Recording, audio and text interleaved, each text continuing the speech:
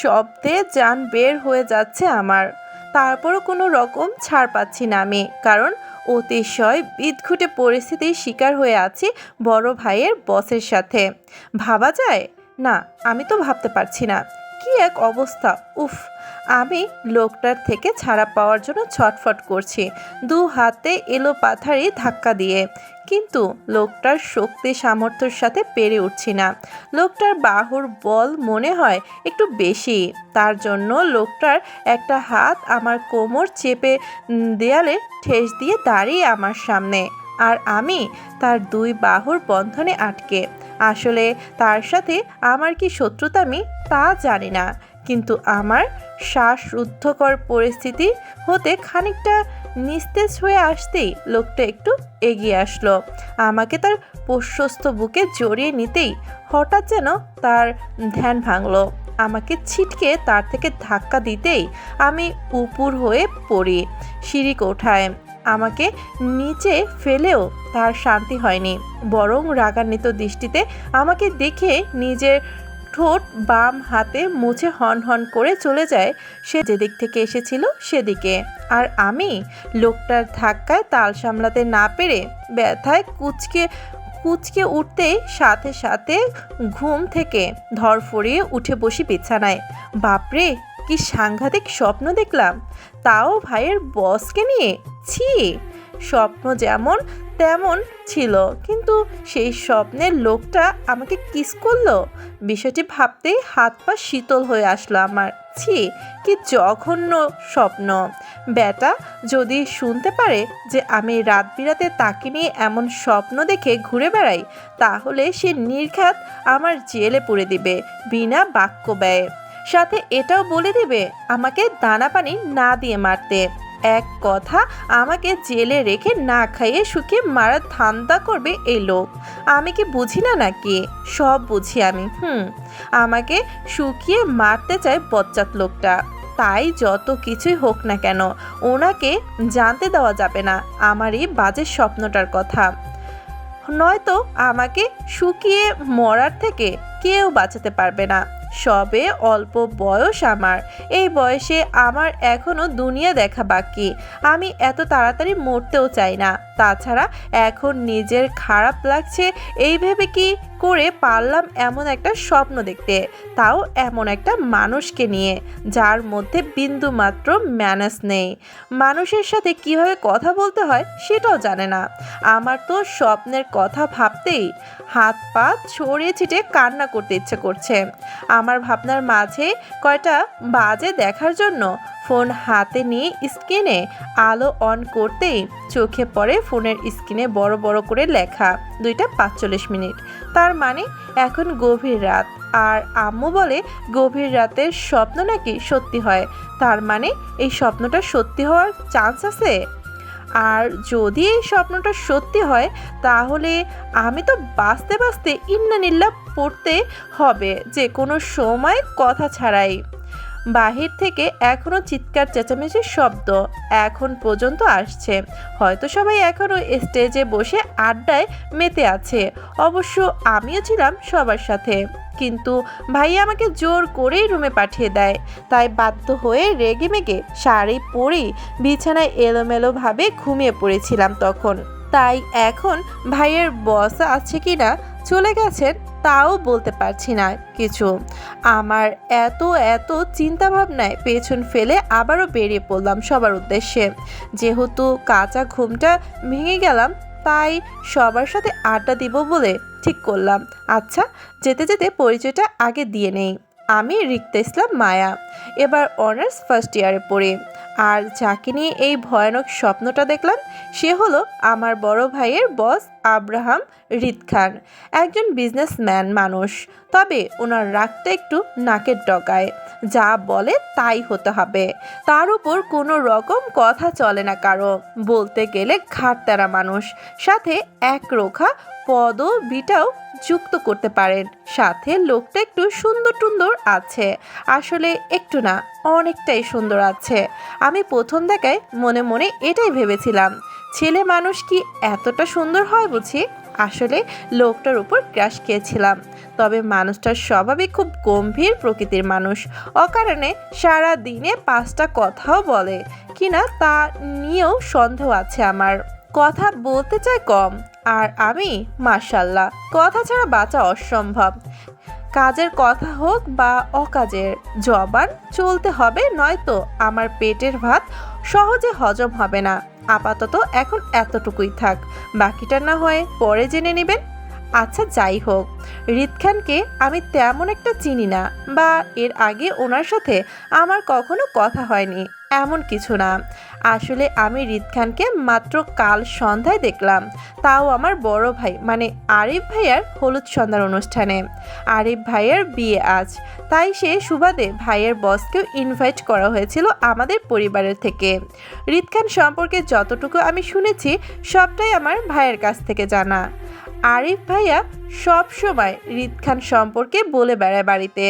এর জন্য মূলত হৃদ খানকে দেখার প্রবল আগ্রহ ছিল আমার মধ্যে, যেটা কাল পূরণ হলো সরাসরি হৃদ খানকে দেখে।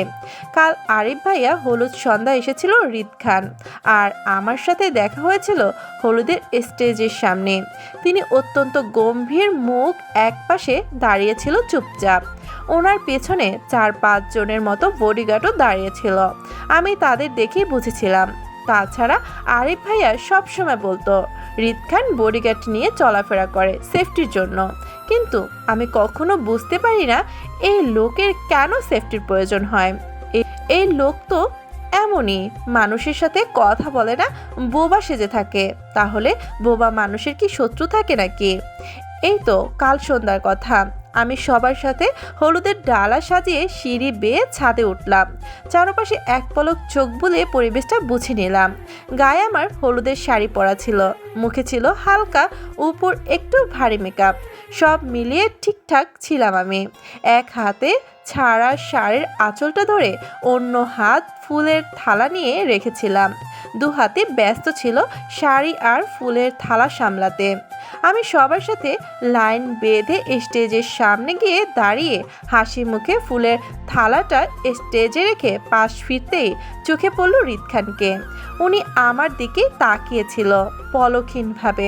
আমি তাকাতেই চোখাচোখি হলো দুজনার। আমার হঠাৎ তাকানোতে উনি তৎক্ষণাৎ দৃষ্টি ঘুরিয়ে অন্যদিকে তাকায়, আর আমি বোকার রানী ওনার দিকে সরাসরি ড্যাপ ড্যাপ করে তাকিয়ে ছিলাম, চোখ বড় বড় করে। আসলে অনেকটা থতমত খেয়ে গিয়েছিল ওনাকে প্রথম দেখে। এর জন্য সেই মুহূর্তে ওনাকে ছাড়া বাকি কিছুই চোখে পড়ছিল না আমার। শুধু মনে হয়েছিল সেই মুহূর্তে ওনাকে দেখা ছাড়া আমার আর কোনো বিশেষ কাজ হতে পারে না। তাই নিজের মনে করে দেখছিলাম ওনাকে আমি। আমার জীবনে প্রথম ক্রাশ নামক বাসটি তখনই উদয় হয় হৃদ খানকে দেখে। আমার এমন করে তাকানোতে উনি বেশ বিরক্ত হচ্ছিল, তা না ওনার ফেস দেখে বুঝতে পারছিলাম আমি। তারপরও আমার কোনো ভাবান্তর হলো না তখন। আসলে তখন কেমন যেন তবদা খেয়ে গিয়েছিলাম, এর জন্য ওনার দিকে সরাসরি তাকানোটা আমার মাথায় কাজ করছিল না। আমার সরাসরি তাকানোতে উনি বেশ বিরক্ত হয়ে ওনার বডিগার্ডকে উদ্দেশ্য করে আমাকে বলে ওঠে, ম্যানার শিখছি আসিফ, এভাবে তাকিয়ে থাকার কি আছে? ননসেন্স, চোখ নামা আর আমার সামনে থেকে বিদে হ। এখানে যদি আমার সামনে আর একটা মুহূর্ত দাঁড়িয়ে থাকতে দেখি তাহলে আইসয়ার আমি তোকে জুস বানিয়ে খাবো উইদাউট সুগার। কথাগুলো বলেই আমাকে আর চোখে একবার দেখে নিলেন ওনার বডিগার্ড আসিফ। ওনার কথা কিছু বুঝতে না পেরে হা করে তাকিয়েছিল ওনার মুখের দিকে। আর আমাকে কে পায় ওনার সামনে, ভূত দৌড়ে লাপাত্তা হয়ে গিয়েছিলাম তখনই। হবই না কেন, কি সাংঘাতিক ব্যাপার! একটু তাকাতেই আমাকে জোশ বানিয়ে খেতে চায়, তাও চিনি ছাড়া। ভাবা যায় লোকটা কতটা ভয়ানক। উফ! হৃদ খানের সম্মুখ থেকে পালিয়ে এসেই মনে মনে শপথ করেছিলাম ওনার সামনে আর যাব না বলে। কিন্তু আমার এই শপথটা আমি দীর্ঘস্থায়ী করতে পারিনি, কারণ যতবার আমি ছাদে উঠেছি ততবার বেহায়া চোখ শুধু ওনাকেই দেখছিল তখন। তবে উনি একটি বারের জন্য আমার দিকে তাকাননি, শুধু যে আমি একা রিত খানকে গিলে খাচ্ছিলাম তা কিন্তু মোটেও নয়। বিয়েবাড়ির সব মেয়েরাই ওনাকে চোখে গিলে খাওয়ার টাইপ ছিল। আমার সব কাজিনরা রীতিমতো ওনার নামের মালা জপতে শুরু করে দেয় ততক্ষণে। এতে করে অবশ্য আমার কোনো রকম নেগেটিভ রিয়াকশন ছিল না। সুন্দর মানুষ নিয়ে আলোচনা হবে, এটাই স্বাভাবিক। হোক সে মেয়ে বা ছেলে, একটু প্রশংসা তো থাকবেই তাদের সুন্দরের। ওনার ক্ষেত্রেও তাই হচ্ছিল। হই হুল্লোড় গান বাজনার সাথে আরিফ ভাইয়া হলুদ ছোঁয়া শুরু হয়। 12টার দিকে সবাই একে একে আরিফ ভাইয়াকে হলুদ লাগাতে শুরু করে দেয়। আমিও সবাই দলে ছিলাম, তবে স্টেজের এক পাশে বসে হাসি মুখে কাজিনের সাথে আরিফ ভাইয়া হলুদ পর্ব দেখছিলাম। বাড়ির বড়রা লাগাচ্ছিল। আমার অমনোযোগের মধ্যে হঠাৎ করেই আমার পাশের চেয়ারটা টেনে বসে পড়লো আমার চাচাতো ভাই জিসান। বয়সে আরিফ ভাইয়ের সমান হলেও আমার সাথে জিসান ভাইয়ের খাতির জমাতে চায় শুরু থেকে, কিন্তু আমার কেন জানি জিসান ভাইয়ের অতি আধিক্যতা কোনো কালে পছন্দ হয়নি একদম। তাই বরাবরই তাকে এড়িয়ে চলার চেষ্টা করি। কিন্তু এই মুহূর্তে সবার আড্ডা ছেড়ে উঠতে চাই না বলে বসে রইলাম জায়গায়। আর সেই সুযোগটা কাজে লাগিয়ে তিনি এ নিয়ে বিনিয়ে অনেক কিছুই বলছে জিসান ভাইয়া আমাকে। আমিও না পেরে একটু অমনোযোগী হয়ে ওনার সেসব কথাগুলো শুনছিলাম। তবে জিসান ভাই বড় হওয়ার সুবাদে হাসি মুখে কথার উত্তর দিচ্ছিলাম মাঝে মধ্যে। জিসান ভাইয়ের সাথে কথা বলতে বলতে একটা সময় স্টেজের দিকে তাকাতেই আমার হাসি মুখটা চুপসে যায় তৎক্ষণাৎ। কারণ আরিফ ভাইয়ের বস মানে রিত খান আমার দিকে অদ্ভুত দৃষ্টিতে কপাল কুঁচকে তাকিয়েছিল। তার দৃষ্টিতে না রাগ আর না ভালোবাসা প্রকাশ পাচ্ছিল। আমি ওনার অদ্ভুত দৃষ্টির মানে বুঝতে পারিনি তখনও। এর জন্য আমিও খানিকটা ইতস্তত বোধ করে বারবার তাকাচ্ছিলাম ওনার দৃষ্টির দিকে। এর জন্য বারবার চোখাচোখি হচ্ছিল ওনার অনল দৃষ্টির সাথে আমাদের দুজনের দৃষ্টি বদলের মাঝেই কেউ একজন আলতু ছুঁয়ে দেয় আমার গাল। নরম হাতের ছোঁয়ায় আমি তৎক্ষণাৎ চমকে উঠে নিচে তাকাতেই চোখে পড়ল 5 বছরের ছোট্ট একটি ছেলে। ছেলেটি আমায় খুব আদরে আমার বড় আপুর একমাত্র ছেলে মাহাদি সরকার। ও আমার গাল ছুঁয়ে আদরে গলায় মামুনি মামুনি ডাকছে বারবার। আমি মাহাদিকে দেখে তৎক্ষণাৎ 2 হাতে জাপটে কোলে তুলে নিলাম। আদরে সহিত ওর এ গালে ওই গালে পরপর করে জিজ্ঞাসা করলাম, কি হয়েছে? ও তো তৎক্ষণাৎ এক আঙুল তুলে ইশারা করে আরিফ ভাইয়াকে দেখায় আমাকে ডাকছে বলে। আমি মাহাদিকে জিসান ভাইয়ের কাছে রেখে আরিফ ভাইয়ার উদ্দেশ্যে স্টেজের দিকে এগিয়ে গেলাম। আরিফ ভাইয়ের পাশে দাঁড়াতেই ভাইয়া আমাকে দেখে ঝটপট তাড়া দিয়ে বলে ওঠে, মায়া, আমাকে তাড়াতাড়ি হলুদ ছুঁয়ে নিচে চলে যেত। তোর ছাদে থাকার দরকার নেই, আয় তাড়াতাড়ি আয়, হলুদ লাগাবি। ভাইয়ের কথায় অবাক হলাম আমি। আমার ভাইয়ের হলুদে আমাকে থাকতে মানা করেছে আমারই নিজের ভাই। এটা আমার কাছে বেশ অপমানজনক মনে হলো। তাই রাগান্বিত আমি অতিরিক্ত অপমানের ঘোরে রাগে মুখে কিছুই বলতে পারলাম না আরিফ ভাইয়াকে। এর জন্য চেতে গাল ফুলিয়ে রাগে হন করে চলে আসি আরিফ ভাইকে হলুদ না লাগিয়েই নিজের রুমে। রাগের দুঃখের কান্না চলে আসার উপক্রম হতেই বালিশে মুখ গুজে জেদ ধরে বিছানায় পড়ে থাকতে থাকতে কখন যে এলোমেলোভাবে ঘুমিয়ে পড়েছিলাম আর মনে নেই। আমার ঘুমের রেশ গভীর হতেই তখনই রিত খানকে নিয়ে বাজে স্বপ্নটা দেখেছিলাম আমি। অবশ্য এতে আমারও দোষ ছিল, কারণ রিত খানকে দেখার পর থেকে সারাক্ষণ শুধু ওনাকে ভেবে সময় পার করেছি বলে এর জন্য রাতে ওনাকে নিয়ে বাজে স্বপ্ন দেখা আমার। বর্তমান ঘুমের রেশ কাটিয়ে বাহিরে বের হলাম। আমার আশেপাশে কাউকে দেখতে না পেয়ে এলোমেলো চুল আর শাড়ি নিয়েই ছুটলাম ছাদের দিকে। বেশ রাত হওয়ার মনে করেছিলাম হয়তো আরিফ ভাইয়ার হলুদের অনুষ্ঠান শেষ, আমার কাজিনরা হয়তো সবাই মিলে আড্ডা দিচ্ছে এই ভেবে এগোচ্ছিলাম ছাদের দিকে। কিন্তু ছাদের সিঁড়ির কাছে আসতেই মুখোমুখি হয় রিত খানের সাথে। হয়তো উনিও বাসার উদ্দেশ্যে বের হয়ে যাচ্ছিল। অনাকাঙ্ক্ষিতভাবে ওনার সাথে আমার মুখোমুখি হতেই আমি খানিকটা পাথর মূর্তির ন্যায় ঠায় জায়গায় দাঁড়িয়ে গেলাম, নড়াচড়াবিহীন। ওনার কুচকানো শক্ত দৃষ্টি ছিল আমার ঘুম জড়ানো চোখ মুখের দিকে। আমি ভীত চোখে ওনাকে দেখে আমাদের আশেপাশে তাকায় স্বপ্নের কথা ভেবে। কিন্তু আমাকে সবচেয়ে বেশি যেটা আবার আর ভয়াত্মক করেছিল সেটা হলো আমার স্বপ্নে দেখা জায়গাটা আর আমাদের বাস্তবে দাঁড়িয়ে থাকা জায়গার একই ছিল। আমি সেম জায়গায় দাঁড়িয়ে ভয়াত্মক মুখে ওনার দিকে তাকিয়েছিলাম। আমার ঠিক সামনে সিঁড়ির কোঠায় উনি কয়েক সেকেন্ড দাঁড়িয়ে থেকে হঠাৎই এগিয়ে আসতে লাগলো আমার দিকে, দৃষ্টি স্থির রেখে। আমি ওনার এমন আগানো দেখে ভয়ে নিজের দু হাতে তৎক্ষণাৎ ঠোঁট চেপে ধরি শক্ত করে, যাতে উনি আমাকে কোনো রকম কিস করতে না পারে। এর জন্য আসলে আমি স্বপ্নের কথা চিন্তা করে ভয় সিটিয়েছিলাম। এর জন্য বুঝতে পারছিলাম না যে উনি আমার একান্ত স্বপ্নের কথা ওনার কান অবধি এখনো পৌঁছায়নি। আমার অস্থির ভয়াত্মক দৃষ্টিভঙ্গি দেখে থেমে যায় হৃদ খানের চরণ।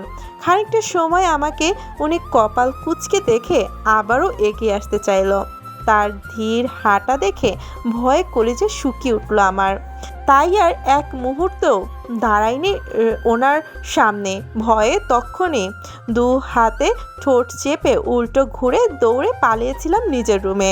আমার এমন কাজে হয়তো উনি ভ্যাবাচাকা খেয়েছেন, এটা আমি না দেখে বুঝতে পারি। খেলে খাক, আমার কি, আমি বাঁচলেই হলো, বাকি সব গোল্লায় যাক। আসলে একটা কথা আছে না চাচা, আপন জান বাচ্চা। এই মুহূর্তে আমার দশাও সেম হয়েছে। অবাস্তব কাল্পনিক হৃদ খানের কিস থেকে বাঁচার জন্য আমার এত অস্থিরতা। ঘুম ঘুম চোখে হাতে ব্রাশ নিয়ে সারা বাড়ি ঘুরঘুর করছি আমি। সাথে বাড়ির ডেকোরেশনও চোখ বুলিয়ে চলছি ভাইয়ার বিয়ের জন্য। খুব সুন্দর করে সাজানো হয়েছে বাড়িটি।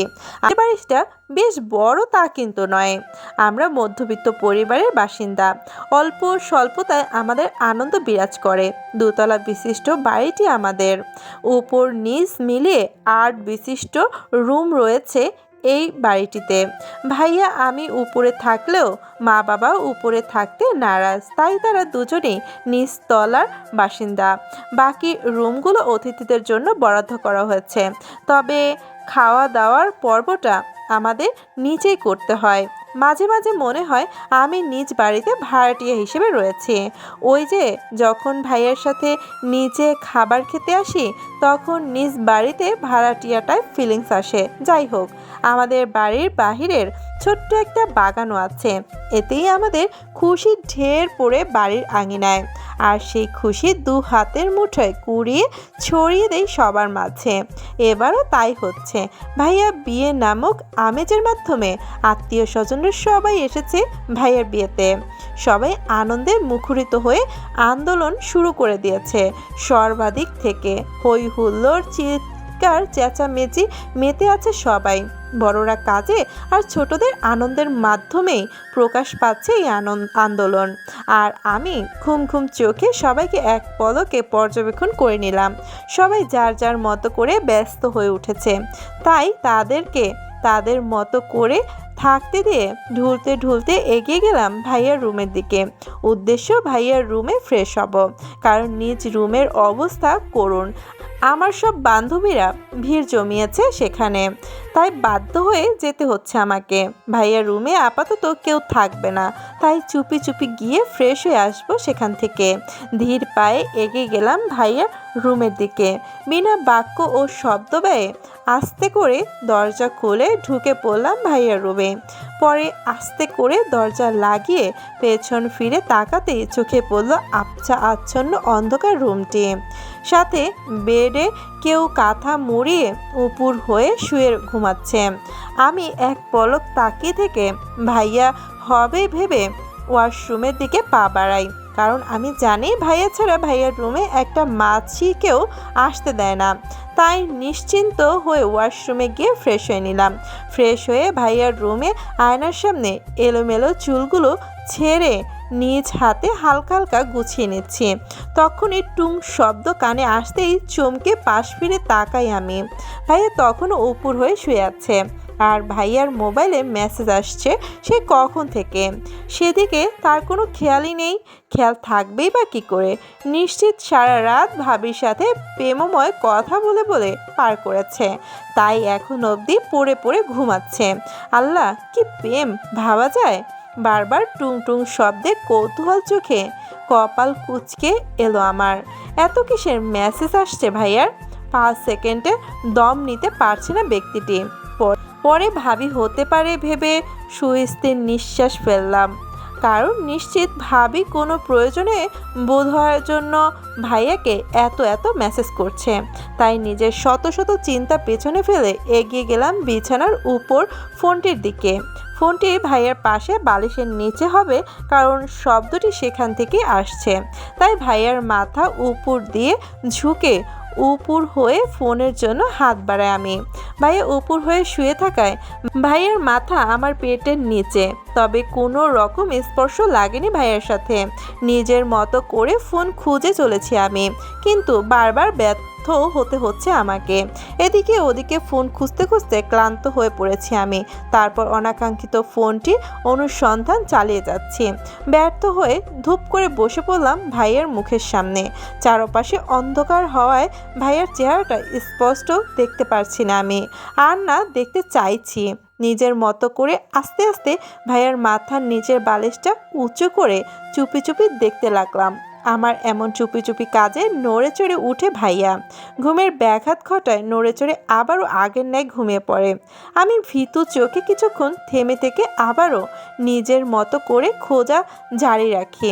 অপ্রত্যাশিত ফোনটি খুঁজে না পেয়ে বিরক্তি নিয়ে নিজের মাথাটা খানিকটা উঁচু করে দেখতেই ঘটে গেল অপ্রত্যাশিত একটি কাজ। আমার ঠোঁটের মুহূর্তের কারোর ঠোঁট ছুঁয়ে গেল। একত্রিত হলো দুজনের ঠোঁট। আমি মাথা উঁচু করাতেই উনিও নিজের মাথা উঁচু করেন হয়তো কে ওনার সামনের দেখার জন্য। আর তখনই ঘটে এই অপ্রত্যাশিত কাজটি। আমি পাথর মূর্তির মতো ফ্রিজ হয়ে ঠায় জায়গায় বসে রইলাম। এমন অপ্রত্যাশিত কাজের জন্য মনে হয় ব্যক্তিও প্রস্তুত ছিল না। আমার সাথে সাথে ব্যক্তিটিও শকটে আছেন। নিজের শকড হওয়া ধাপটা কাটাতেই ব্যক্তিটাকে না দেখে তাড়াতাড়ি করে উঠে দাঁড়িয়ে উল্টো ঘুরে দৌড় দিতে যাব। এমন সময় কেউ আমাকে হ্যাচকা টানে বিছানায় ফেলে আমাকে জাপটে ধরে বিছানার সাথে। কিছু বুঝে ওঠার আগেই আমার সাথে এমন কাজটি ঘটায় ভরকে যায় আমি। মুখ খিচে চোখ বন্ধ করে আছি, আর সাথে এটাও ভাবছি যে ভাইয়া তো আর যাই হোক আমার সাথে এমনটা করবে না। নিজের বোনের সাথে তো আর ছি ছি ছি ছি, কি সাংঘাতিক কাণ্ড। কিন্তু ভাইয়ার রুমে যদি ভাইয়া না থাকে তাহলে কে ছিল ব্যক্তিটি? কাকে আমি চুমু খেলাম? নিজের জীবনের প্রথম চুমুই এভাবে খেয়ে নিলাম? না, এই চুমু আমি মানি না। আমি চুমু হবে তো বাকি কিছু চিন্তা ভাবনা করার আগেই কেউ আমার গাল চেপে ধরে শক্ত হাতে ব্যথা আমার জান যায় যায় অবস্থা। তখনই সামনে থাকা ব্যক্তিটির কর্কশ কণ্ঠ আমার কানে আসতেই চমকে উঠি। সাথে সাথে সামনের দিকে তাকাই। তখনই চোখে পড়ে হৃদ খানকে। উনি শক্ত হাতে আমায় বিছানার সাথে চেপে ধরে রেখেছেন। আমি করুণ চোখে তাকাতেই উনি রাগে দাঁতে দাঁত চেপে বলে ওঠে, লিমিটের বাইরে কোনো কিছুই পছন্দ না আমার, তোকেও না। চিপস টাইপের মেয়েদের আমার কোনো কালে পছন্দ নয়।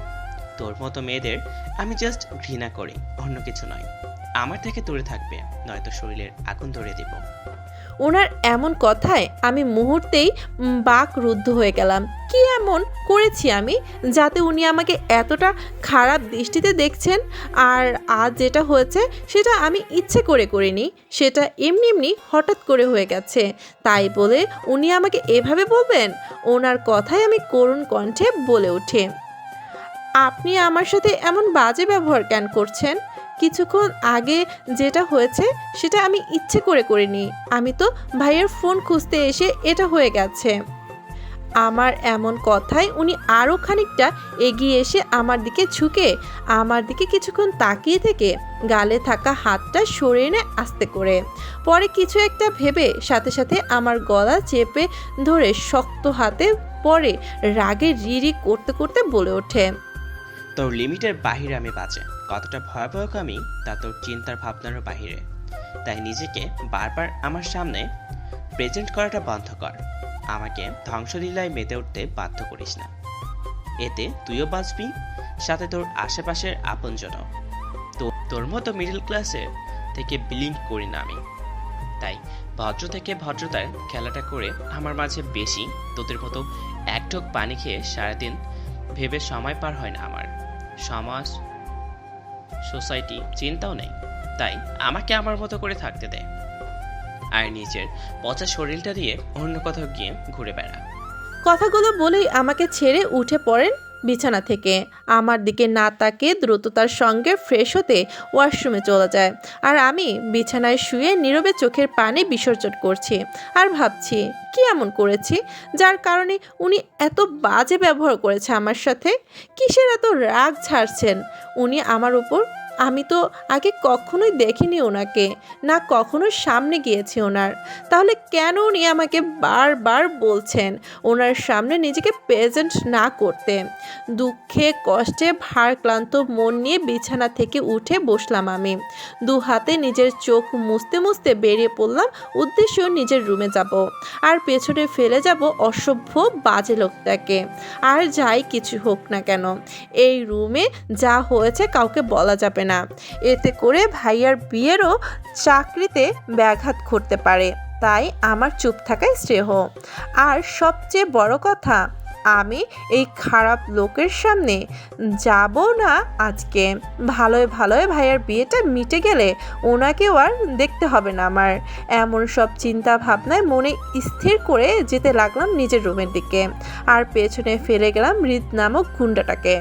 রাস্তার পাশ কানি ঘেঁষে দাঁড়িয়ে আছি আমি, চোখে মুখে হালকা বিরক্ত। আর আমার এই বিরক্তির কারণ হলো আমার পঞ্চ বান্ধবীরা। আজ শিলার জন্মদিন, তাই আজ আমি সহ বাকি 4 বান্ধবী মিলে ওকে নিয়ে রেস্টুরেন্টে যাব। পরে সেখান থেকে ঘোরাঘুরি তো থাকবেই, এটা আমাদের প্ল্যানিং ছিল। সাথে ছিল ষষ্ঠ বান্ধবীরা একসাথে শাড়ি পরব, শাড়ির কালার থাকবে সিঁদুর লাল। সবই ঠিক আছে, শাড়িও পরেছি, কিন্তু আমার গুরুধর বান্ধবীরা এখনও আসার নাম নিচ্ছে না। আর আমি সে কখন থেকে পাজি মেয়েদের জন্য অপেক্ষা করছি, সেই দিকে কারো কোনো খেয়ালই নেই। সবাইকে সকাল 10টার দিকে থাকতে বলা হয়েছে, অথচ এখন আমি আর শিলা ছাড়া বাকি সব হাওয়া হয়ে গেল। এক ঝাঁক রাগ নিয়ে রাস্তার পাশে দাঁড়িয়ে আছি আমি আর শিলা। খানিকক্ষণ বাদে এক এক করে হাজির হতে থাকে আমার অতি গুণধর বান্ধবীরা। ওদের দেখি মেজাজ খারাপ হয়ে যায় আমার। আমি কপাট রাগ দেখিয়ে বলে উঠি, সেই আপনারা এসে ধন্য করেছেন আমাদের, না আসলে কি আর করা থাকতো আমাদের? আমরা অতি ধন্য আপনাদের পেয়ে।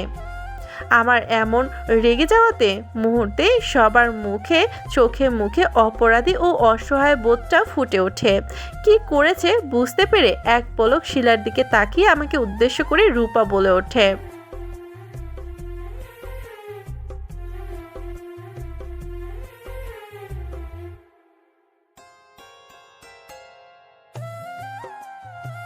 বলেই রুহি সহ বাকি সবাই জাপটে ধরে আমাকে আর শিলাকে।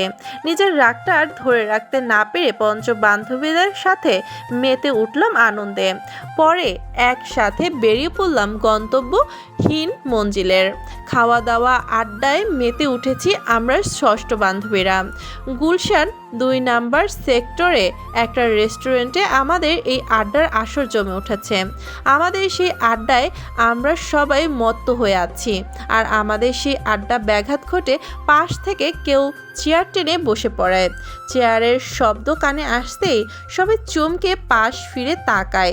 তখনই চোখে পড়ল জিসান ভাইয়ার হাসি মুখ। উনি হাসি মুখে আমাদের দিকে তাকিয়ে আছে। ওনাকে এখান থেকে আমরা সবাই সাথে সাথে থমথমে খেয়ে গেলাম, কারণ জিসান ভাইয়াকে এই মুহূর্তে এখানে মোটেও আশা করিনি আমরা কেউ।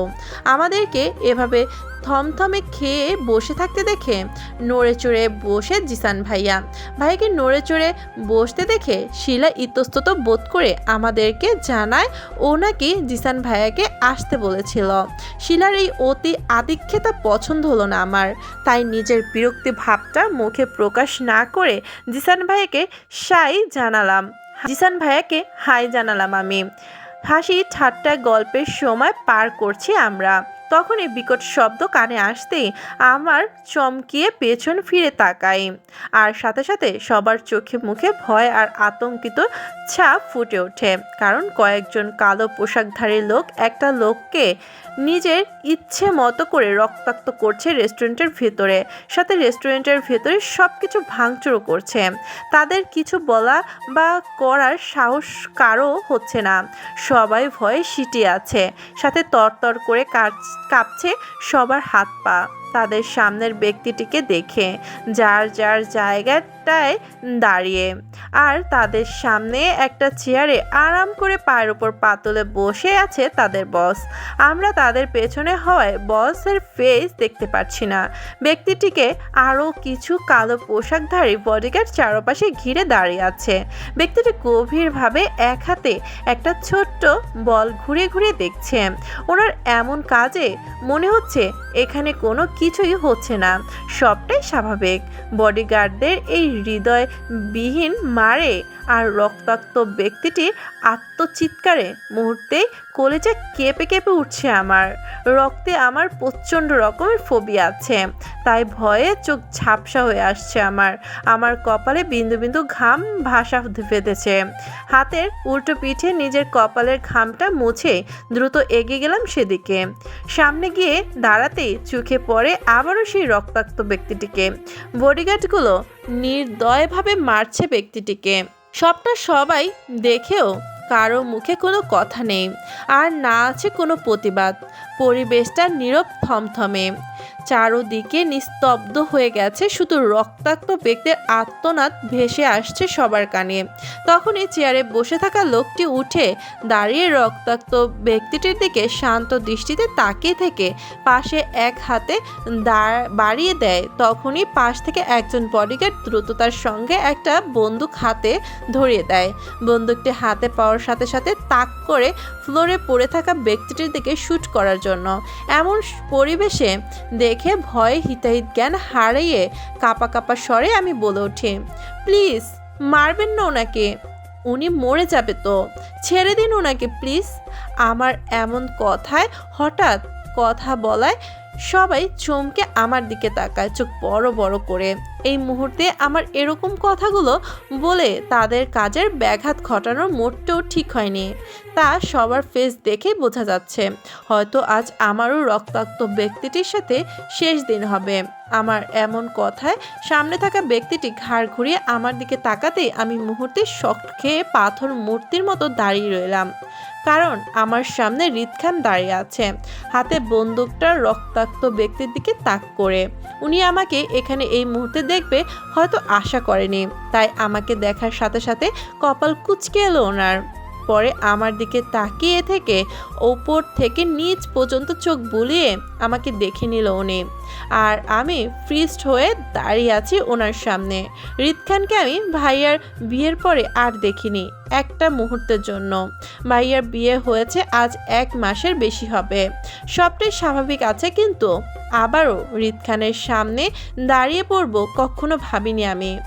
এবার কি হবে আমার, কে বাঁচাবে এই হৃদ নামক ভয়ানক ব্যক্তির থেকে? আমি ওনাকে এমনতো অবস্থা দেখে মুহূর্তে আমার ভয় লাগার ধাপটা কয়েক গুণ বেড়ে যায়। কারণ ওনার ভাষ্যমতে যদি পড়ে কখনো ওনার সামনে আমি পড়ি তো সেই দিন হবে আমার শেষ দিন। আর আজকে ওনাকে আমি এই রূপে দেখব ভাবতেও পারিনি। ওনাকে দেখে আমার কপাল বেয়ে ঘাম ঝরতে লাগে।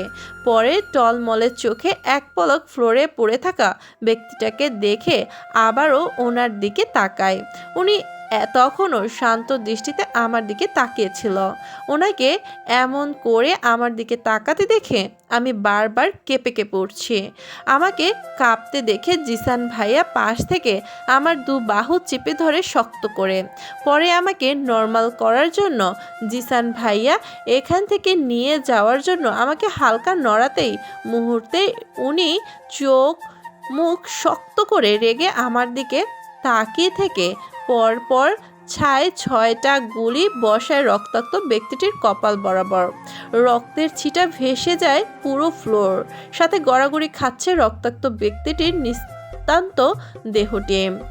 পরে সাথে সাথে উনি রেগে টকবগে রক্ত লাল চোখে আমার দিকে হাতে থাকা বন্দুকটা তাক করে। ওনার আমার উপর এমন হঠাৎ রাগের কারণ বুঝতে পারছি না, তাই টলমলে চোখ ওনার দিকে তাকিয়ে রইলাম। মুহূর্তেই আমি রক্ত আর ভয় দুটোতেই প্রচণ্ড উত্তেজিত হয়ে আর কিছু নিতে পারিনি।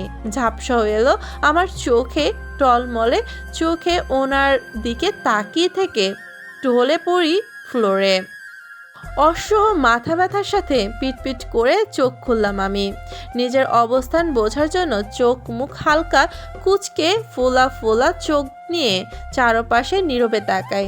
চোখের সামনে সবকিছু ঝাপসা দেখতে পেয়ে ধীর গতি হালকা নড়াচড়া করতেই নিজেকে আবিষ্কার করি বাধা অবস্থায়। চারদিকে খুটখুটে অন্ধকারে ছেয়ে আমার চারপাশ। প্রথমে বিষয় বুঝতে আমার খানিকটা সময় লেগে যায়। পর মুহূর্তেই নিজের অবস্থান বুঝতে পেরে আটকে উঠি আমি। আমাকে একটা চেয়ারের সাথে বেঁধে রাখা হয়েছে শক্তভাবে, কিন্তু কেন রাখা হয়েছে তা আমি জানি না। সাথে সাথে আমার মাথায় এক ঝাঁক প্রশ্নের ঝুলি উদয় হয় মুহূর্তে। যেমন, আমি এখানে কেন, আমাকে এখানে কে বেঁধে রেখেছে, আমি এখানে কিভাবে আসলাম, ইত্যাদি। এমন আরও অসংখ্য প্রশ্ন ঘুরপাক খাচ্ছে আমার মাথায়। প্রচণ্ড উত্তেজনায় আমি এই মুহূর্তেই বিশেষ কিছু মনে করতে পারছি না, তাই প্রশ্নের প্যারাটা থেকেই গেল আমার মাথায়। নিজের প্রশ্নের উত্তর না পাওয়ার আশায় আর নিজেকে বন্দিবাসী হতে দেখে মুহূর্তেই অস্থির হয়ে উঠলাম আমি। আর সেই অস্থিরতার রেশ ধরে কান্না করে বসি আমি, সাথে প্রচণ্ড জোরে জোরে চিৎকার করতে করতে বলে উঠি, হ্যালো, কেউ আছেন এখানে? আমাকে কেন এখানে বেঁধে রেখেছেন? আমাকে ছেড়ে দিন প্লিজ, আমি বাসায় ফিরে যেতে চাই, আমাকে যেতে দিন। কথাগুলো বলে হু হু করে আবারও কান্না করে বসি আমি। কি করব কিছু ভেবে না পেয়ে বারবার চিৎকার করতে থাকি, কারণ আমার চারপাশের পরিবেশটা খুবই ভয়ানক আর থমথমে, গা শিউরে ওঠার মতো। চারদিকে এতটাই নিস্তব্ধ যে বারবার আমারই কান্নার আওয়াজ ভেসে আসছে প্রতিধ্বনি হয়ে। ভয়ানক আর বিদঘুটে অবস্থায় পড়ে আছি আমি। আমার কান্নার আওয়াজ ছাড়া একটা পোকার আওয়াজও পাচ্ছি না আমি। এই মুহূর্তে কি করব আমি কিছুই জানা নেই আমার। বারবার পরিবারের কথাই মনে হচ্ছে আমার। তাদের সাথে আমার আর দেখা হবে কি না তাও জানি না আমি, কিছুই জানি না আমি। শুধু জানি আমাকে কেউ বেঁধে রেখেছে এই অন্ধকার রুমটিতে। কান্না করতে করতে একটা সময় চুপ করে যাই আমি।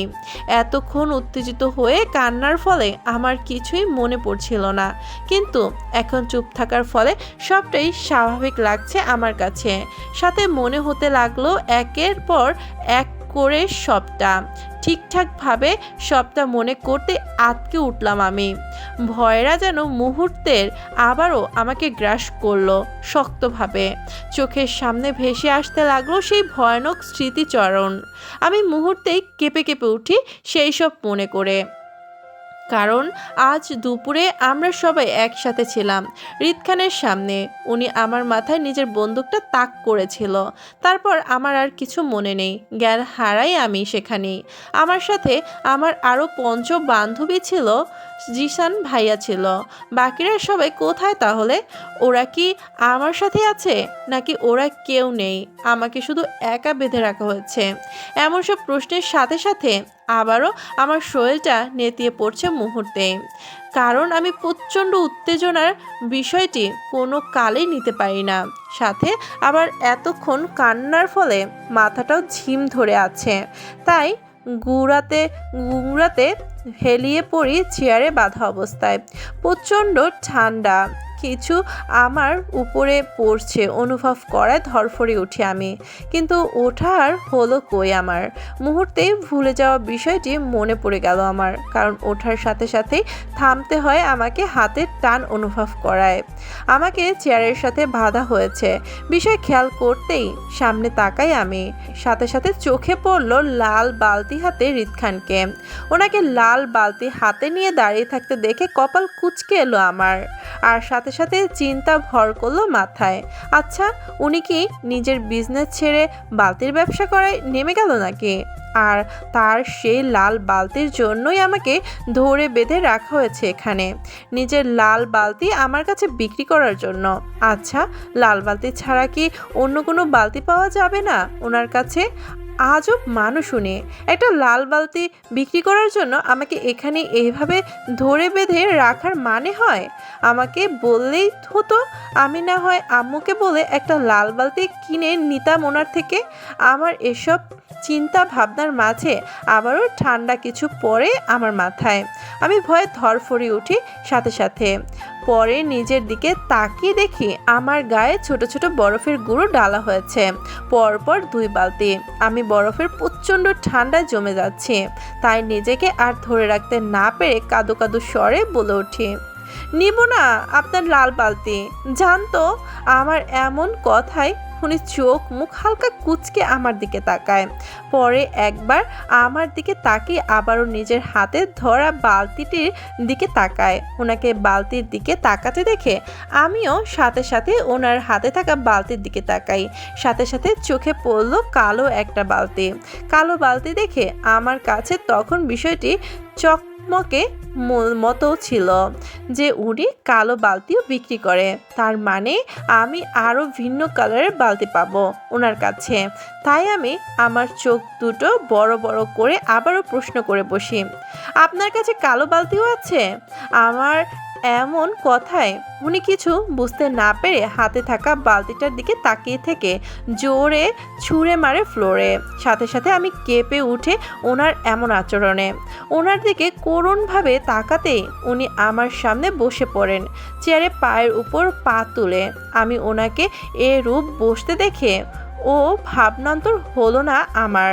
আমি ওনার দিকে এক পলক তাকিয়ে থেকে আবারও তাকাই ফ্লোরে ভাঙা বালতির দিকে। দৃষ্টি আমার সেখানে রেখেই বলে ওঠে, আমি আপনার ভাঙা বালতি নিব না, আমাকে ভালো বালতি দিতে হবে। বলেই ওনার দিকে তাকাই আমি। ওনার ফেসটা তখনও ছিল স্বাভাবিক, না কোনো রাগ না অন্য কিছু, গম্ভীর মুখে বসে আছে আমার সামনে। আমাকে ওনার দিকে করুণভাবে তাকিয়ে থাকতে দেখে উনি আয়েশ করে বসে বলে ওঠে, লুক, তোমাকে এখানে বাধা হয়েছে মেরে ফেলার জন্য। তুমি কি মুহূর্তে প্রস্তুত আছো? আমি কাউকে মারতে গেলে তাকে কখনোই পার্সোনালভাবে জানাতে চাই না আমি, কিন্তু তোমারটা চাইছি, কারণ তুমি একটা মেয়ে, তাই তোমাকে সম্মান দেখানোর জন্য বলা আর কি। তো তুমি কি বলো? ওনার এমন কথায় মেজাজ খারাপ হয়ে গেল মুহূর্তে। এই লোকটা কত নাম্বার পাগল হলে একটা মেয়েকে মরার অফার করে আল্লাহ জানে। আমি রাগটা বজায় রেখে দাঁতে দাঁত চেপে বলে ওঠে, আমার ইচ্ছে করছে আপনি নামক প্রাণীটাকে লবণের সাথে অনেক বেশি মরিচ গুঁড়ো মিশিয়ে এমনি এমনি গিলে ফেলতে। আপনি এতটা খারাপ কিভাবে হতে পারেন? আপনি খারাপ মানুষ, আপনি প্রচণ্ড রকমের খারাপ মানুষ একটা। আমার এমন কথায় উনি আমার দিকে ভুরু কুঁচকে তাকায়, পরে রেগে ঝাঁঝালো কণ্ঠে বলে ওঠে, তোমার কাছ থেকে কি আমি সার্টিফিকেট নিতে এসেছি ভালো খারাপের? আগে গুলি করি, তারপরও পরে গিয়ে হিসাব করিও ভালো করে, কে খারাপ তার আগে নয়, পরে আমাকে ভালো খারাপের সার্টিফিকেট দিতে এসো স্বপ্নে। এখন মেরে দেই আগে। ওনার কথা দমে যায়নি আমি, রাগটা যেন মাথায় চেপে বসেছে আমার, তাই রেগে রিরি করতে করতে বলে উঠি, দেন মেরে দেন আমাকে। আপনাকে দেখলে বড্ড গা জ্বলে আমার, সাথে এই চিন্তাটাও আসে একটা মানুষ কতটা ভয়াবহ আর খারাপ হলে বাবার বয়সের মানুষকে মারতে পারে। আপনার প্রতি আমার প্রচণ্ড রকমের ঘৃণা আসে বারবার। তোমাকে কি আমি প্রেম করার জন্য বেঁধে রেখেছি? বারবার তুমি ঘৃণা করার কথা শুনছো আমার। উনি খানিকটা থেমে হাতে থাকা বন্দুকটা ঘুরিয়ে দেখতে দেখতে স্বাভাবিক কণ্ঠে আবারও আমাকে উদ্দেশ্য করে বলে ওঠে, দ্যাট আই লাইক ইউ ধার্স, তবে এটা অন্য কারোর জন্য তুলে রাখো, আমার জন্য না। আর তোমার ধারণার বাইরে আমি খারাপ, তাই আমাকে বারবার খারাপ বলে সম্বোধন করা বন্ধ করো। তোমার সাথে শান্তভাবে কথা বলছি বলে যে আমি শান্ত ছেলে হয়ে গেলাম সেটা কিন্তু মোটেও সত্য না। তাই অহেতু আমাকে খেপিয়ে লাভ নেই, এতে করে তোমার সাথে সাথে বাকিরাও সমস্যায় পড়তে পারে। আর তো ওনাকে বাকি কথাগুলো বলতে না দিয়ে দ্রুততার সঙ্গে তাড়া দিয়ে প্রশ্ন করে বসি, আমার পঞ্চ বান্ধবী আর জিসান ভাইয়া কোথায় আছে? আপনি কি করেছেন তাদের সাথে? আছে। ওনার এমন উত্তর আরও মাথা খারাপ হয় আমার, তাই সেই মাথা খারাপ ভাবটা নিয়ে ওনাকে আবারও বলে ওঠে, আছে মানে কি? তাদের আমার সামনে নিয়ে আসুন। অসভ্য বাজে লোক একটা আপনি। অসভ্য, বাজে, খারাপ, ঘৃণা, এই চারটে শব্দ যেন আমার জীবন কতটা ভয়াবহতার সৃষ্টি করেছে তা আমাকে হৃদ খান বোঝায়। ভেঙে গুলিয়ে আমার মুখে এইসব কথা শুনে আর নিজের ধরে রাখতে না পেরে সাথে সাথে চেয়ার থেকে উঠে এক হাত আমার গাল আর অন্য হাত শক্ত করে আমার চুলের মুঠি ধরে। পরে টকবগে হয়ে ওঠা রাগটা দমিয়ে রাখতে না পেরে গাল চিপে ধরে হাতটা আরো শক্ত করে চেপে ধরে তাতে দাঁত চেপে বলে ওঠে, তোমাকে আমি আমার সাথে দাস দেখাইতে মানা করছিলাম না, তারপরও দেখাইলি। আমাকে না আঙুলাইতেও পারতিস। এবার এটার জন্য কতটা চুকাতে হবে তোকে দেখ। বলছিলাম না আমাকে না রাগাতে। এবার আমি এমনিতেই মেতে উঠবো, আর সেই সাথে তোকেও পুরাবো বরাবর। যেটা না করতে চেয়েছিলাম না সেটাও করবো আমি। বলেই আমার গাল ছেড়ে দিয়ে জোরে জোরে আসিফকে ডাকতে লাগলো উনি। আমি ওনার এই রূপ চিৎকারে দমে যাই ভয়ে, তাই অশান্ত মনে শান্ত হয়ে বসে আছি ওনার সামনে। ওনার চিৎকারের সাথে সাথে হতবম্ব হয়ে দৌড়ে রুমে উপস্থিত হই আসিফ নামক পদার্থটি। থমথমে পরিবেশে দেখে মুহূর্তে চুপসে যায় সে, আর সেই চুপসে যাওয়া ফেস নিয়ে আমাকে এক পলক দেখে আবারও তাকায় হৃদ নামক অপদার্থের দিকে। আসিফ তাকাতাকি পর্বটা চুকালো আগেই হৃদ নামক অপদার্থের ঝাঁঝালো কণ্ঠে আসে আমার কানে। উনি প্রচণ্ড রেগে আসিফকে কিছু একটা বলছেন করার জন্য, আর সেটা আসিফ বাধ্য ছেলের মতো শুনে মাথা নাড়িয়ে সুমতি জানিয়ে প্রস্থান করেন রুম ছেড়ে। 1 ঘন্টা যাবৎ ঝিম মেরে বসে আছি আমি। আমাকে যে বাধা অবস্থা থেকে ছেড়ে দিয়েছে এমন কিছু না, উল্টো আমাকে এক গাধা মশার কামড়ের সাথে ছেড়ে দিয়ে গেছে পাগলটা। কতটা তার ছেঁড়া পাবলিক হলে একটা মেয়েকে মশার কামড় খাওয়ার জন্য একা রেখে যায় আল্লাহ জানে। একটা কয়েল পর্যন্ত লাগিয়ে দিয়ে গেল না। ভাবা যায় কত বড় অপদার্থ ছেলেটা। না, আমি তো ভাবতে পারছি না মাত্র 5 টাকার জন্য আমার সাথে এতটা কিপটামি করছে হৃদ খান। মশার কামড় খাওয়াচ্ছেন আমাকে। ছ্যাঃ, আমাকে বললেই হতো, আমি না হয় লাল বালতিটার সাথে আরও 5 টাকা বেশি দিয়ে দিতাম। তারপরও এতটা কিপটামির সাংঘাতিক লোক হৃদ খান। বাপরে! আমি বাধা অবস্থায় রুমের মধ্যে বসে বসে অনেকটা চঞ্চল দৃষ্টিতে এদিক ওদিক তাকাচ্ছি। মাথাটা যেন স্থির করতেই পারছি না আমি। আমার এমন অস্থিরতার কারণ হলো রাস্তা খুঁজছি এখান থেকে পালানোর জন্য, কিন্তু আপাতত আমি সে কোনো রাস্তায় খুঁজে পাচ্ছি না রুমটিতে। কারণ রুমটি বিশাল বড় হলেও সেটি এক দরজা বিশিষ্ট, আর সেটি হৃদ খান বাইরে থেকে বন্ধ করে গেছে। তাই আপাতত আমার পালানোর রাস্তা বন্ধ। তাই হতাশ চোখে আহত হচ্ছে বারবার। এই লোকটাকে যতটা উন্নত ভেবেছিলাম ততটা উন্নত করতে পারিনি। রুমটিতে আরও একটি দরজাই রাখতে পারলো না আমার পালানোর জন্য। ছ্যাঃ, কি আর উন্নতি করবে খারাপ লোক একটা। আমার এমন সব চিন্তা ভাবনায় মাঝে মাঝে আবারও কেউ খটখট শব্দ করে দরজা খুলে রুমে প্রবেশ করে। আমার অস্থির চোখ দুটো মুহূর্তেই ছোট ছোট হয়ে স্থির হয়ে দরজার দিকে। কে রুমে প্রবেশ করেছে তা দেখার জন্য ব্যক্তিটির ছায়া মূর্তিটি অনুসরণ করে উপরে তাকাতেই চোখে পড়ল হৃদ নামক ভয়ানক প্যারাবাসিকে। একা নয়, সাথে আরও 4-5 জন প্যারাবাসিক রয়েছে পেছনে। মানে আসিফ একজন হুজুর টাইপ লোক, অন্যজন 2জন উকিল টাইপের লোক। দেখে তো আমার সেরকমই মনে হচ্ছে। যাকে সাথে আরও একজন বাদুর টাইপ লোকও আছে কালো করে। খুব সম্ভবত নাইজেরিয়ানটি বডিগার্ড হবে। আহা, কি সুন্দর কালার, একদম মন জুড়ানো টাইপ, যা মনের ভেতর লেগেছে আমার। আমি খুঁটিয়ে খুঁটিয়ে কালো নাইজেরিয়ান বডিগার্ডটিকে পর্যবেক্ষণ করছি বেশ মনোযোগ সহকারে। আমাকে এমন করে তাকাতে দেখে হৃদ খানও চোখ মুখ হালকা কুঁচকে আমার দিকে অনুসরণ করে পেছনে তাকায়। ওনার কালো নাইজেরিয়ান বডিগার্ডের দিকে পরে সেই দৃষ্টি আবারও ঘাড় ঘুরিয়ে আমার উপর নিক্ষেপ করে, আর আমি হাঁ করে তাকিয়ে আছি কালো মানিকের দিকে। যেন এই মুহূর্তের এই কালো মানিক ছাড়া অন্য কিছু চোখে পড়ছে না আমার। তাই ড্যাপ ড্যাপ করে তাকিয়ে আছি আমি। আমার এমন তাকানোতে উপস্থিত সবাই আমার দৃষ্টি অনুসরণ করে পিছনে তাকায় কালো নাইজেরিয়ান বডিগার্ডটির দিকে। থমথমে পরিবেশ, সবাই একে অপরের দিকে তাকাচ্ছে। কারো মুখে কোনো কথা নেই, শুধু আমার দিকে তাকিয়ে বিষয়টা বোঝার চেষ্টা করছে কি এমন দেখছে। কিন্তু আমার এমন করে তাকানোতে পছন্দ হলো না হৃদ খানের। সে আমার সামনের সোফায় আরাম করে বসে হাতের ইশারায় আমার সাধের কালো মানিককে চলে যেতে বলল। ইশারা পেয়ে সাথে সাথে রুম থেকে প্রস্থান করলো বডিগার্ডটি। সে চলে যেতেই চমকে উঠলাম আমি। কালো মানিক চলে যাচ্ছে বিষয় মেনে নিতে পারলাম না আমি, তাই দ্রুততার সাথে সঙ্গে বলে উঠি, আমার কালো মানিক।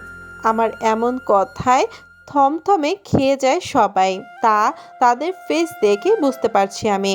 আমার দিকে কেমন গোল গোল চোখে তাকিয়ে আছে। আমি তাদের এমন দৃষ্টি উপেক্ষা করে আবারও বাঁধা অবস্থায় দরজার দিকে উকি ঝুঁকি মারছি আমার কালো মানিককে দেখার আশায়। ব্যাটার কালারের উপর ক্রাশ খাইছি আমি, তাই এমনি এমনি তো আর ছেড়ে দেওয়া যাবে না, তাই না? কারো গম্ভীর কণ্ঠ কানে আসতেই মনোযোগ ভস্ম হলো আমার। আমি পাশ ফিরে তাকাতেই চোখে পড়ল হৃদ খানের গম্ভীর ফেস। উনি সোফায় আয়েশ করে বসে পায়ের উপর পা তুলে হাতের ইশারায় আমার সামনে লোকগুলোকে কিছু একটা ইশারা করে বসতে বলে। ওনার এমন ইশারা পেয়ে বিনা বাক্য ব্যয়ে হুজুর আর 2জন উকিল টাইপ লোক আমার সামনে বসে পড়ে।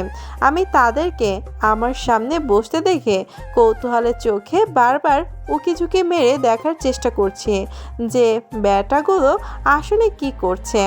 উকিল দুটো কিছু পেপারে কী সব লেখালেখি করছে বেশ মনোযোগ সহকারে। তাদের এমন মনোযোগ সহকারে লিখতে দেখে চোখ ছোট ছোট হয়ে আসে মুহূর্তে। সাথে সাথে এক ঝুলি প্রশ্নরা ভর করে আমার মাথায়। আরে, সেই চিন্তার সাথে সাথে চমকে উঠলাম আমি। আল্লাহ, এই অবদার্থ বেটা আমার বাবার সম্পত্তি হাতানোর জন্য উকিল এনে এই ব্যবস্থা করেছে। আমাকে চেয়ারের সাথে বেঁধে রেখে বেটা আমাকে ভাঙা লাল বালতিও দিবে, আবার আমার বাবার সম্পত্তিও নেবে। আমাকে এতটা ঠকাবে? কত বড় মাপের গুন্ডা এই হৃদ খান, ভাবা যায় না, ভাবা যায় না। আমি তো ভাবতেই পারছি না। আমিও দিব না আমার বাবার সম্পত্তি। আর আর কেনই বা দিব? আমাকে একটা কয়েল পর্যন্ত লাগিয়ে দেয়নি মশার কামড় থেকে বাঁচার জন্য, আর তাকে দিব আমার বাবার সম্পত্তি? মগের মূল্যক নাকি? আমার এমন সব চিন্তা ভাবনার মাঝেই একজন উকিল আমার দিকে কিছু পেপার এগিয়ে দিয়ে ভয় ভয় কণ্ঠে বলে ওঠে, এটাতে সাইন করে দিন ম্যাডাম। করবো না সাইন আমি। Please madam. উকিল বাবুর করুণ কণ্ঠ শুনে মেজাজ খারাপ হয়ে যায় আমার। আজব প্রাণী, আমার বাবার সম্পত্তি নিয়ে যাচ্ছে একটা মানুষ জোর করে, আর তাকেই আমি বাবার সম্পত্তি এমনি এমনি দিয়ে দিব? মগের মূল্যক পেয়েছে সব কিছু। বেটা ফাজিল ঝাঁঝালো কণ্ঠে বলে ওঠে, প্লিজ। কি? হ্যাঁ, দিব না আমি আমার বাবার সম্পত্তি। জানতো আপনি? বাবার সম্পত্তি? সব কয়টা ফাজিলের দল আমাকে ভুলিয়ে ভালিয়ে আমার বাবার সম্পত্তি হাতানোরও চাইছে। এখন আবার আমার সামনে এমন একটা ভাব করছেন যেন জীবনে সম্পত্তি নামটিই শোনেননি। আমি উকিলের কথা শুনে কপাট রাগ দেখিয়ে বলে ওঠে, জি, বাবার সম্পত্তি। উনি আমার ভাগের সম্পত্তি হাতানোর জন্য আমাকে এখানে বেঁধে রেখেছেন। আপনাদের দিয়ে পেপারে সাইন করাচ্ছে আমার বাবার সম্পত্তির জন্য। আপনি জানেন না? আমার এমন কথায় মুহূর্তে সবাই থতমত খেয়ে বসে আছে। পরে ভীতু চোখে পাশ ফিরে তাকায় হৃদ খানের দিকে। উনি তখনও স্বাভাবিকভাবেই বসে আছে গম্ভীর মুখে, আর এক হাতে একটা ছোট্ট কাচের সীসা ঘুরিয়ে ঘুরিয়ে দেখছে বেশ মনোযোগ সহকারে। সবাই ওনাকে এতটা স্বাভাবিক দেখে একটা শুকনো ঢোক গিলে আবারও আমার দিকে তাকায়। পরে আমার সামনে বসে থাকা উকিলটি নিজের চুপসে যাওয়া ফেস নিয়ে আমতা করে আমাকে উদ্দেশ্য করে বলে ওঠে, এগুলো সম্পত্তি পেপার নয়, বিয়ের পেপার ম্যাম। বিয়ে শব্দটি শুনে কপাল কুঁচকে এলো আমার। কিসের বিয়ে? কার বিয়ে? জানার জন্য কপাল কুঁচকে আবারও প্রশ্ন করে বসে, বিয়ে? কার বিয়ে? আমার এমন প্রশ্নে পাশ থেকে আসিফ ঝটপট সুরে বলে ওঠে, জি, বিয়ে, ভাইয়ের বিয়ে আজ, তাই এদের এখানে আনা হয়েছে ম্যাম। কথাগুলো বলেই আবারও ঝটপট তাড়া দিয়ে উকিল দুটোকে উদ্দেশ্য করে আসিফ নামক অপদার্থটি বলে ওঠে, কি হলো, আপনারা বসে আছেন কেন? কাজ শুরু করুন, ভাইয়ের সাথে ভাবির বিয়েটা শেষ করুন তাড়াতাড়ি। ভাবি শব্দটি কানে আসতেই চমকে উঠলাম আমি। এক পলক হৃদ খানকে দেখে সাথে সাথে চোখ তুলে তাকাই আসিফের দিকে। খানিকটা কৌতূহল নিয়ে বলে ওঠে, আপনার ভাই ভাবি বিয়ে করবে বুঝি? আমার এমন কথায় ভ্যাবাচাকা খেয়ে যায় আরিফ সহ সবাই। আমার এমন কথায় ভ্যাবাচাকা খেয়ে যায় আসিফ সহ সবাই। আমার সেদিকে বেশ একটা ভাবান্তর হলো না। আমি আছি আমার চিন্তায়। উনি আমাকে ওনার বিয়ে খাওয়ার জন্য এইভাবে ধরে বেঁধে রেখেছে, ভাবা যায়? কিন্তু আমাকে বললেই তো হতো, আমি না হয় সবাইকে নিয়ে চলে আসতাম ওনার বিয়েতে। এইভাবে ধরে বেঁধে আমাকে বিয়ে দেওয়ার জন্য রাখার কোনো মানে আছে? আজব। আমার এমন কথা শুনে আরিফ কিছু বলতে যাবে তার আগে পাশ থেকে উনি দাঁতে দাঁত চেপে ধরে সীসাটাকে শক্ত করে চেপে আমাকে উদ্দেশ্য করে বলে ওঠে, নো মোর ওয়াট। বলেই আবারও উকিলগুলোকে উদ্দেশ্য করে বলে ওঠে। কাজ শেষ করুন দ্রুত। ওনার এমন গম্ভীর টাইপের রাগের কথায় কেঁপে উঠে উকিল বাবু। ভয়ে সিটিয়ে যাওয়ার অবস্থায় আমার দিকে ভয় ভয় নজরে তাকিয়ে থেকে কাপা কাপা সুরে বলে ওঠে, ম্যাম প্লিজ সাইনটা করে দিন। সাইনটা করে দিলে আমার বাবার সম্পত্তি চলে যাবে না তো উকিল বাবু? না না ম্যাম। সত্যি তো? জি ম্যাম। উকিল বাবুর কথা শুনে অস্বস্তির নিঃশ্বাস ফেললাম আমি। যাক বাবা, অবশেষে আমার বাবার সম্পত্তিতে বেঁচে গেল, এটা ভেবেই আমার মনে শান্তি বয়ে গেল। আর সেই শান্তির রেশ ধরে আবারও বলে ওঠে, আচ্ছা আমাকে কি সাক্ষীর জন্য সাইনটা করতে হবে নাকি? কিন্তু আপনার ভাবিকে দেখছি না কেন? আর আমার হাতটা না খুলে দিলে সাইন করব কিভাবে? তাই আমাকে খুলে দেওয়া হোক। আমার কথায় আসিফ এগিয়ে এসে আমার হাতের বাঁধন খুলে দেয়। হাত ছাড়া পেতেই আমি দু হাত উপরে তুলে কুড়মুড়িয়ে উঠি। টানা কয়েক ঘন্টা যাবৎ আমাকে এখানে বসে রেখেছে আমি নিজেও জানি না, তাই কোমরটার সাথে সাথে শরীরটাও ম্যাচ ম্যাচ করছে আমার। চেয়ারে বসা অবস্থায় কুড়মুড়ে উঠিয়ে আমি পা দুটি আমার ঝিম ধরায় চেয়ারের উপর দু পা ভাঁজ করে আরাম করে বসি আমি। আমাকে এমন করতে দেখে সবাই চোখ ছোট ছোট করে করুণভাবে তাকিয়ে থাকে আমার দিকে। আমি তাদের সবার এমন দৃষ্টি অপেক্ষা করে বলে উঠি, আমার পা ব্যথা করছে এখন, সাথে আমার মুডটাও সুইমিং করছে, তাই আমি কিছুক্ষণ রেস্ট নেব, তারপর আপনাদের ভাইয়ের বিয়েটা খাবো, ঠিক আছে? আর সাইনটা আমি তখনই করে দিব নে, ওকে? বলেই চেয়ারে গা এলিয়ে দিয়ে বসে পড়ি আমি। আমাকে এইভাবে বসতে দেখে তেলে বেগুনে জ্বলে ওঠে হৃদ খান। নিজেকে আর ধরে রাখতে না পেরে ঝাঁঝালো কণ্ঠে বলে ওঠে, এমনি এমনি সাইনটা করবে নাকি? গুলি খেয়ে সাইনটা করবে। আই সোয়ার তোমাকে শ্যুট করে দ্বিতীয়বার ভাববো না আমি। তাই কোনো কথা না বলে জাস্ট ডু ইট। ওনার এমন ঝাঁঝালো কণ্ঠ শুনে খানিকটা ভরকে যাই আমি। ওনার দিকে তীক্ষ্ণ দৃষ্টিতে তাকিয়ে থেকে কলমটা হাতে নিয়ে বিনা বাক্য ব্যয়ে সাইনটা করে দেই আমি। এই লোকের সাথে কথা বলাই বেকার। বিয়ে করার জন্য পাগল হয়ে গেছে লোকটা। বউকে ধরে না এনে অন্য একটা মেয়েকে বেঁধে রেখেছে বিয়ের সাক্ষী বানানোর জন্য। বউয়ের সাইন না নিয়ে আমাকে গুলি করে মারার হুমকি দিচ্ছে। বদ লোক একটা, আজও পাবলিক সব কয়টা। নিশ্চয়ই এই লোকের বউটাও পাগলই হবে। স্বামী পাগল, বউ পাগল, আর বাচ্চারাও হবে পুরা পাগল। সব কয়টার পাগলের দল। কথাগুলো ভাবতেই মনের মধ্যে সুখ নামক পাখিটা লাফাতে থাকে প্রচণ্ড গতিতে। আমি সেই সুখে কাতর হয়ে ঘাপটি মেরে গালে হাত দিয়ে বসে পড়ি চেয়ারে। আমার সাইন করার সাথে সাথে হৃদ খানও সাইনটা করে দেয় দ্রুত। পরে আবারও কিছু ইশারা করতে হুজুর টাইপ লোকটা কিছু পড়তে শুরু করে দেয়। আমি ওনার হঠাৎ কাজে গোল গোল চোখে তাকাই ওনার দিকে। বেশ মনোযোগ সহকারে ওনার বলা কথাগুলো শুনছি কৌতূহল হয়ে গালে হাত দিয়ে। উনি নিজের মতো করে পড়াটা শেষ করে বলে ওঠে, বলো মা, কবুল? কেন? বিয়ে করার জন্য মা। কাজী সাহেবের এমন কথায় মুহূর্তে আকাশ থেকে পড়লাম আমি। কি বলে এই লোক? এই বয়সে এসে আবারও বিয়ে করতে চায়, তাও আমাকে! আল্লাহ, ছি ছি ছি, কি বাজে লোক উনি। বুড়ো বয়সে এসেও বিয়ে করতে চায়। তাই রেগে খানিকটা উঁচু সুরে বলে ওঠে, ছি, আমি আপনাকে বিয়ে করব না। জানতো আপনি আসছে বুড়ো বয়সে আমাকে বিয়ে করতে। আমার নাহুচুক ভঙ্গির কথায় কাজী সাহেব ভ্যাবাচাকা খেয়ে যায় মুহূর্তেই। আমার কথা কি বলবে কিছুই ভেবে না পেয়ে পাশে ফিরে তাকায় হৃদ খানের দিকে অসহায় দৃষ্টিতে। কাজী সাহেবের তাকাতেই হৃদ খান দাঁতের দাঁত পিষে কটমট করে আমাকে উদ্দেশ্য করে বলে, শ্যাট আপ ইডিয়েট, কোনো কথা নাই, কবুলটা বলে বিয়েটা কর চুপচাপ। বেশি কথা বলা আমার পছন্দ নয়। ওনার এরকম খাপছাড়া কথায় তেলে বেগুনে জ্বলে উঠলাম আমি। এই লোক বলে কি আমাকে একটা বুড়ো লোকের সাথে বিয়ে দিতে চাইছে? আমি সেটা মেনে নিব নাকি?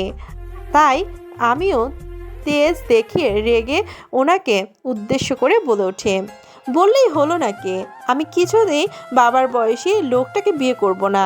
আর আপনি শুনুন, কাজীকে উদ্দেশ্য করে, আমি আপনাকে বিয়ে করব না। আমার আপনার উপর কোনো ইন্টারেস্ট নেই। এবার আপনি আসুন। বলেই ঘাপটি মেরে বসে পড়লাম আমি চেয়ারে। থতমত পরিবেশ খেয়ে আসিফ ধীর গলায় স্থির করে বলে ওঠে, ভাবি, ওনার সাথে আপনার বিয়ে হচ্ছে না, বিয়েটা হচ্ছে ভাইয়ের সাথে। আসিফের হাতের ইশারায় অনুসার করে হৃদ খানকে এক পলক দেখে স্বস্তির নিঃশ্বাস ফেলে বেখেয়ালিভাবে গালে হাত দিয়ে বলে ওঠে, তাহলে ঠিক আছে, বেঁচে গেলাম বুড়োর স্বামীর হাত থেকে। ওনাকে বিয়ে করতে হবে, তাই তো? হৃদ খানকে উদ্দেশ্য করে দেখিয়ে আমার কথায় তুমুল গতিতে মাথা নাড়িয়ে সম্মতি জানায় আসিফ, যার অর্থ হ্যাঁ, তাকে বিয়ে করতে হবে আমাকে। প্রথমে কথাটি বিশেষ গুরুত্ব না দিলেও আরিফের মাথা নাড়িয়ে সম্মতি জানানোতে সবটা পরিষ্কার হয়ে আসে আমার কাছে। হৃদ খানকে বিয়ে করতে হবে ভাবতে চেয়ার থেকে লাফিয়ে উঠি আমি, আর সাথে সাথে অবিশ্বাস্য গলায় চেঁচিয়ে বলে উঠি, কি? ওনাকে বিয়ে করতে হবে আমার? অসম্ভব।